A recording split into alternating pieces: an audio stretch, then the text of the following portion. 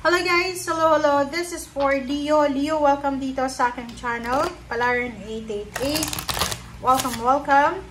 Alamin natin kung anong messages, vibration, gabay, energy para sa lahat ng Leo. This is for the month of September. September general reading para sa lahat ng Leo. I hope na makuha niyo yung energy guys. Oh, sorry. Okay, first card mo Leo is Treasure Chest. Isang unforeseen windfall of new abundance comes to you now, to your way, okay? So, big sabihin yan, Leo, posibleng makatanggap ka ng regalo. It's either this is a gift, this is unexpected na pag-ulan ng bagong pag-asa, ng bagong swerte, ng abundance and prosperity sa buhay mo. Diba? So, ihanda mo ang sarili mo kasi may papasok sa buhay mo na swerte, may papasok sa buhay mo. Like for example, kung business person ka, maybe this is the unexpected na kontrata, big, huge contract na pwedeng sa ngayon habang nanonood ka ay hindi mo pa to nararamdaman. But pagdating ng September, possible na pumasok siya sa buhay mo. Okay? And yun, treasure, parang makakahanap ka ng kung ano man yan na sorpresa para sa'yo. Okay? Nakatagong ano siya, parang like ano, may isang tao na wala siyang mapigbigyan ng kanyang inheritance, pwedeng ibigay sa'yo. Diba? Or posibleng isang unforeseen kasi siya eh, hindi inaasahan na pwedeng pagkakitaan.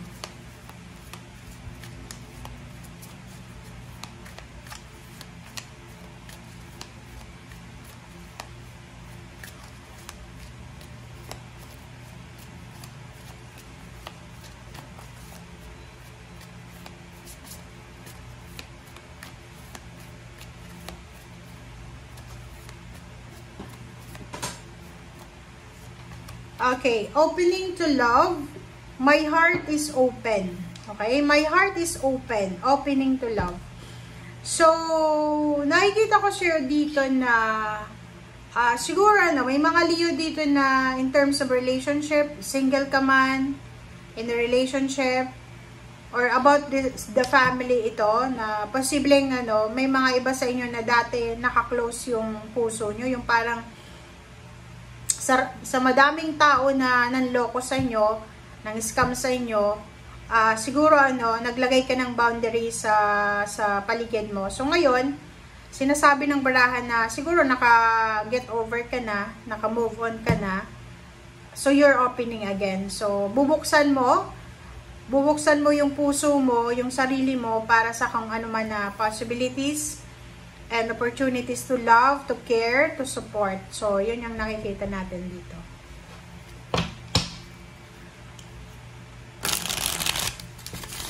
Maybe this is reconciliation, or maybe this is understanding, parang ganun. So, kung dati ay masyado kang mahirap pakisamahan, pwede ngayon ay medyo maiintindihan mo na. Malalaman mo na kung ano yung dapat malaman, or maintindihan mo kung ano yung point of view ng mga tao sa paligid mo.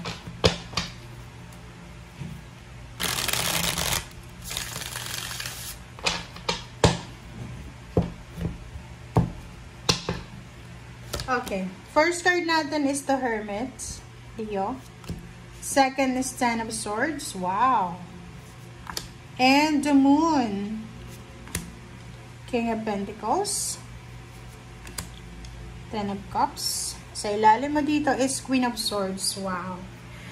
Determinasyon, motivation. Yun yung ramdam mo ngayon or mararamdaman mo.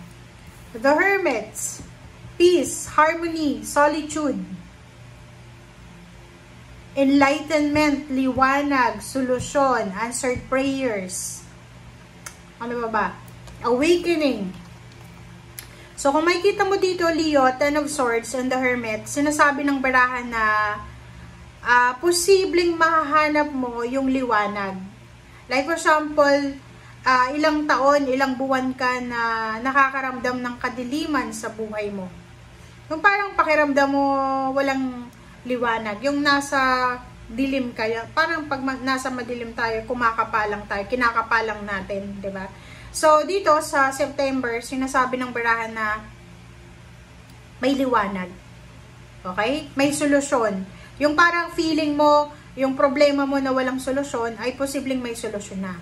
There's a reconciliation, there's a recovery, there's a parang healing, ganun. Kasi itong Ten of Swords is magbubukas ka ulit eh. Like, magtitiwala ka ulit sa kapamilya, magbubukas ka ulit ng puso mo sa taong, sa karelasyon mo, or sa mga tao na nanloko sa'yo, or nakasakit sa'yo. Parang ganun. Yung Hermit na to, this is the light. Light, parang nag-illuminate siya. So, liwanag sa dilim. Parang ganun. Isang napaka-lakas na liwanag ang posibleng darating sa'yo. Or magliliwanag sa buhay mo. Parang ganun. Okay. And the Moon card, sinasabi ng baraha sa'yo na sa usaping pera, possible na marami kang kinakatakutan. Like, may mga Leo dito na natatakot kayo eh. Natatakot kayo para sa mga gastusin siguro. So, you have something sa puso mo na takot about money. But, sinasabi ng baraha sa'yo dito, huwag kang mag-alala. Kasi, the King of Pentacles and Ten of Cups, they are parang hand in hand sila. Ibig sabihin, merong, yun nga, unforeseen na surprise. So, maybe may, like financial help, or maybe there's a money coming galing sa iyong kamag-anak or sa kung saan pa man. So, sinasabi ng baraha, posibleng meron ditong magse-celebrate ng wedding anniversaries or kung ano man siya na family gatherings sa September na namumroblema ka kung sino yung tutulong sa pera. And nakikita ko share dito na there's a Ten of Cups. Makakaraos kayo sa kung ano man ang financial problems kahit walang tutulong. Okay? And sinasabi ng baraha sa'yo dito na pagdating ng September, yun na nga, since mahahanap mo yung solusyon sa kung ano man, financial and emotional problems, sinasabi ng King of Pentacles, ang possible na may mahawakan ka na isang malaking halagang pera, or posibleng isang reunion, isang happy moments. Ten of Cups kasi siya eh. Isang happy or successful na venture siya. Or successful na new beginning, successful na celebration ang mangyari. Okay?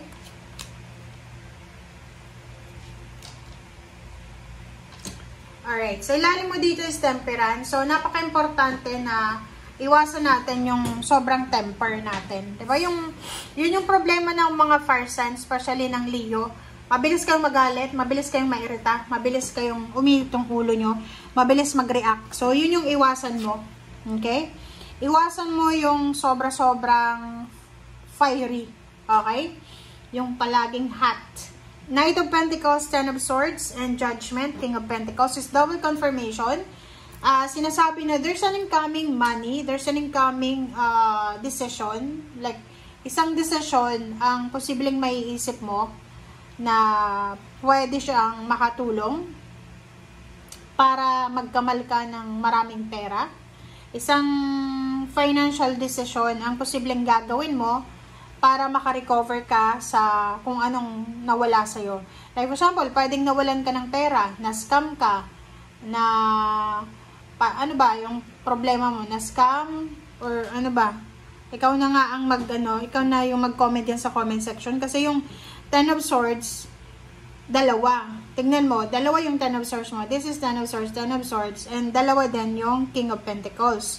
Sinasabi ng baraha sa'yo dito na possible na, yun na nga, pwedeng ikaw ay na-scam sa usaping pera.